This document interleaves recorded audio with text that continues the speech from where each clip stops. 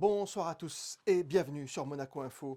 Avec à la une de l'actualité ce soir, les suites du passage de la tempête Alex sur notre région et les opérations de secours qui se poursuivent dans les secteurs les plus touchés de la Roya, de la Vésubie ou encore de la vallée de la Tinée. Formidable élan de solidarité dans notre région, salué ce matin par le prince Albert II. Avec ma famille et toute la population de la Principauté, nous avons été vraiment bouleversés par les événements, cette tempête avec donc ce cataclysme, vraiment on peut parler de cataclysme qui a frappé l'arrière-pays et aussi nos voisins en Ligurie. Et donc bien sûr nos pensées, mes pensées, mais celles de toute ma famille et de la Principauté vont vers les victimes, vers les familles des victimes, les personnes qui ont tout perdu et qui certaines sont isolées et seront isolées malheureusement pendant quelques temps. Et nous allons faire, bien sûr, un point dans quelques secondes sur l'organisation des différentes aides qui se sont déjà mises en place en Principauté avec Vanessa Dessy. Puis nous recevrons ce soir deux invités dans ce journal. Tout d'abord, le docteur Mathieu Liberator pour évoquer l'importance de ce mois de sensibilisation en matière de lutte contre le cancer du sein, Octobre Rose. Puis, direction Madrid, où nous attend le nouvel ambassadeur de Monaco en Espagne, Catherine Fautrier, nommée il y a un peu plus d'un mois. Et puis nous irons, comme chaque soir, tout près de chez vous, avec les toutes dernières infos du moment, pratiques, politiques, sportives, sans oublier votre météo à venir pour ces prochaines heures. Mais tout d'abord, nous l'évoquions à l'instant avec le souverain, arrêtons-nous ce soir sur cet élan de solidarité à destination des personnes sinistrées dans l'arrière-pays qui se met progressivement en place. Des initiatives toujours réconfortantes, Vanessa Dessy, par ces temps de crise. Et oui Christophe, l'élan de solidarité est immense. Dès ce samedi, la Principauté s'est mobilisée en débloquant une aide logistique et humaine. Le diocèse de Monaco a réagi rapidement en collaboration avec la Caritas et la Société Saint-Vincent de Paul. Dès qu'on a eu un peu les informations sur les besoins qui étaient nécessaires actuellement, on s'est mobilisé dès aujourd'hui.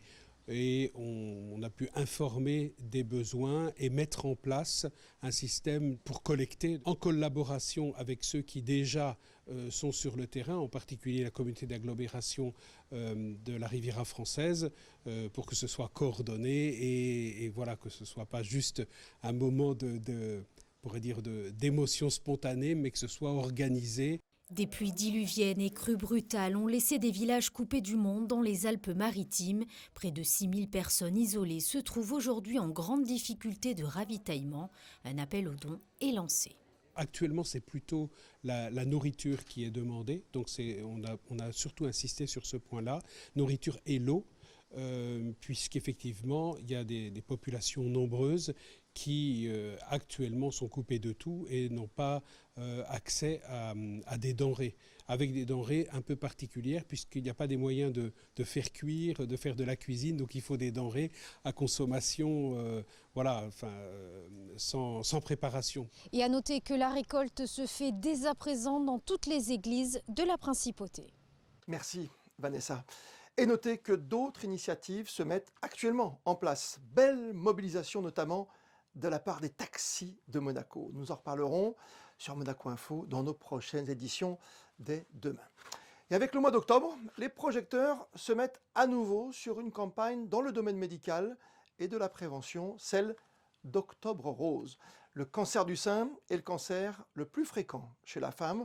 En 2017, près de 60 000 nouveaux cas ont été diagnostiqués en France. Mais l'espoir existe, puisqu'actuellement, plus de 87% des patientes sont en vie 5 ans après le diagnostic. Pour parler d'Octobre Rose, avec nous ce soir sur Monaco Info, le docteur Mathieu Liberator. Bonsoir à vous. Bonsoir. Vous êtes chef de service, échographie et scénologie au CHPG, Octobre Rose. Maintenant, on a l'habitude, ça fait 26 ans que ça dure. C'est vraiment une mission combien d'importance pour les femmes? Oui, tout à fait. Ça fait maintenant plusieurs décennies qu'il y a ces campagnes de communication pour promouvoir ce dépistage du cancer du sein, qui est quelque chose d'important et qui grâce à l'efficacité de ce dépistage, a pu permettre d'atteindre des scores de guérison très importants maintenant depuis de nombreuses années qui vont au-delà de 90%. Au-delà des 90%, ça fait 26 ans que ça dure, mais il faut continuer. Alors, évidemment, il faut continuer puisque ce succès de cette prise en charge du cancer du sein, il faut savoir c'est un de ceux qui est le mieux soigné, pour lequel le taux de guérison est le plus important. Mais ce succès va d'un dépistage efficace à une prise en charge également, qu'elle soit chirurgicale ou qu'elle soit par nos confrères chimiothérapeutes ou radiothérapeutes.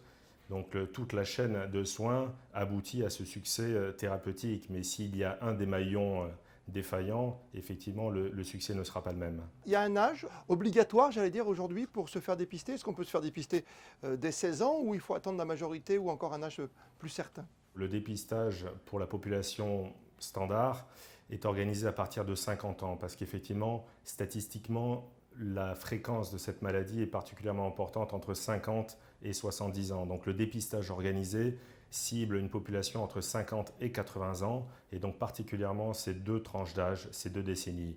Ensuite, quand on est dans le cadre particulier d'une prédisposition génétique familiale, là effectivement il y a des stratégies de dépistage qui font intervenir l'examen clinique et les examens d'imagerie. Ça commence par quoi? Par une palpation avant de faire une sorte... C'est un IRM que l'on fait? Alors, dans tous les cas, effectivement, l'examen clinique effectué par le médecin traitant ou le gynécologue ou par la patiente elle-même, ce qu'on appelle l'autopalpation, est très importante et ça, c'est un facteur important également dans le dépistage du cancer du sein. Et ensuite, effectivement, sur la population classique, c'est une mammographie qu'on va effectuer sur 2 incidences différentes sur chaque sein et très fréquemment associée à une échographie, puisque quand on s'adresse à des patientes plutôt jeunes, il y a une densité mammaire qui peut gêner l'analyse de la mammographie et donc on complète de manière systématique ou quasiment systématiquement par une échographie. Donc c'est l'association de ces 2 examens qui est au cœur du dépistage du cancer du sein. Une femme sur 8 est touchée, c'est bien cela, aujourd'hui? Tout à fait.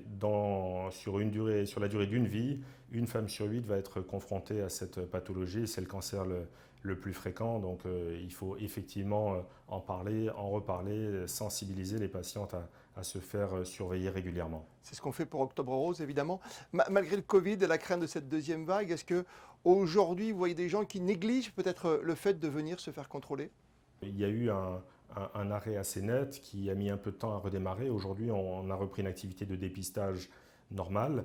Ce qu'on veut, c'est surtout, je ne pense pas que dans la région, nous ayons affaire à une vraie deuxième vague, mais on risque d'avoir un fond un peu chronique de diffusion du virus dans les prochains mois, probablement tout l'hiver, et on ne veut surtout pas que les patientes, pendant plusieurs mois, voire 6 mois et peut-être même plus, mettent de côté cet examen de dépistage et qu'on puisse avoir chez les patientes 6 mois de retard sur le diagnostic. Ça touche également, mais c'est une petite proportion, quelques garçons docteurs, hein, pour terminer. Oui, alors c'est une forme rare, mais c'est une maladie qui existe effectivement. Souvent quand même dans des contextes particuliers, c'est-à-dire que dans des familles où il y a une mutation génétique, les hommes de cette famille peuvent être touchés par cette maladie. Donc on ne fait pas d'examen de dépistage bien évidemment chez l'homme, c'est vraiment l'examen clinique. Donc le patient en question ressent quelque chose, soit une douleur, soit un petit nodule qui le gêne. Et effectivement, on va pratiquer dans un premier temps une échographie et là, dans un second temps, la mammographie. Donc c'est un peu une démarche qui est inversée par rapport au dépistage de la femme. Oui, c'est un infime pourcentage. Merci docteur d'avoir été avec Merci nous à vous. et de sensibiliser encore une fois l'opinion. Bien sûr, c'est important dans Merci cette à vous. lutte contre le cancer du sein. Merci d'avoir été avec nous en cet Octobre Rose. Merci à vous. Les toutes dernières infos de votre journée, c'est avec vous, Sandrine Deng. Bonsoir. Bonsoir Christophe, bonsoir à tous. Pour la deuxième fois, l'Association nationale monégasque de l'ordre militaire et hospitalier de Saint-Lazare de Jérusalem a offert ce minibus aux personnes âgées prises en charge au sein de la filière de gérontologie du CHPG. La remise officielle a eu lieu place du Palais en présence de son Altesse Sérénissime le Prince Albert II et de Benoîte de Sévelinge, directrice du centre hospitalier Princesse Grace. On reste sur le rocher, direction le Conseil national. Oui, vous pourrez suivre mardi dès 17 h sur Monaco Info la séance publique budgétaire dans le cadre de la session d'automne, séance consacrée à l'examen du deuxième budget rectificatif 2020, séance à laquelle participeront le ministre d'État et les conseillers de gouvernement ministres, le président du Conseil national bien sûr et les élus.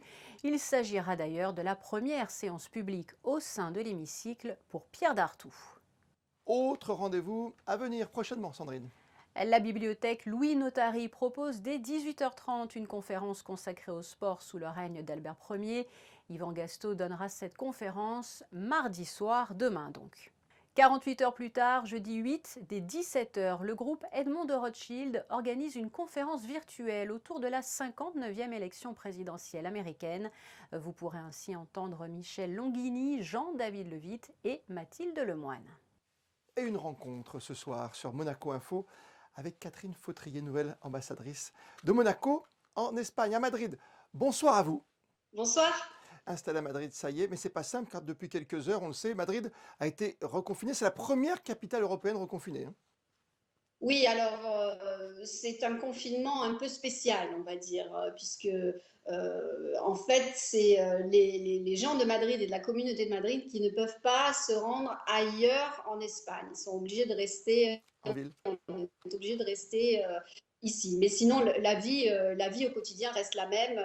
Les magasins n'ont pas fermé, on peut se rendre au travail, on peut se rendre dans les universités, les restaurants sont ouverts. Donc, c'est un confinement un peu particulier, j'avoue. On va revenir un instant quand même sur ce qui s'est passé pour vous en Chine, cette longue mission et cette diplomatie qui est complètement différente. Ça a dû être un travail assez extraordinaire. C'est effectivement une diplomatie qui est complètement différente. J'ai pris l'habitude de dire que la Chine est la meilleure école de la diplomatie parce qu'elle est codifiée, extrêmement codifiée, et que les relations donc, avec les officiels et les gouvernements sont une espèce de scénario permanent dont il faut avoir les codes pour pouvoir effectivement naviguer. Donc c'était une expérience absolument magnifique pour moi. Et il y a eu des passerelles entre Monaco et la Chine.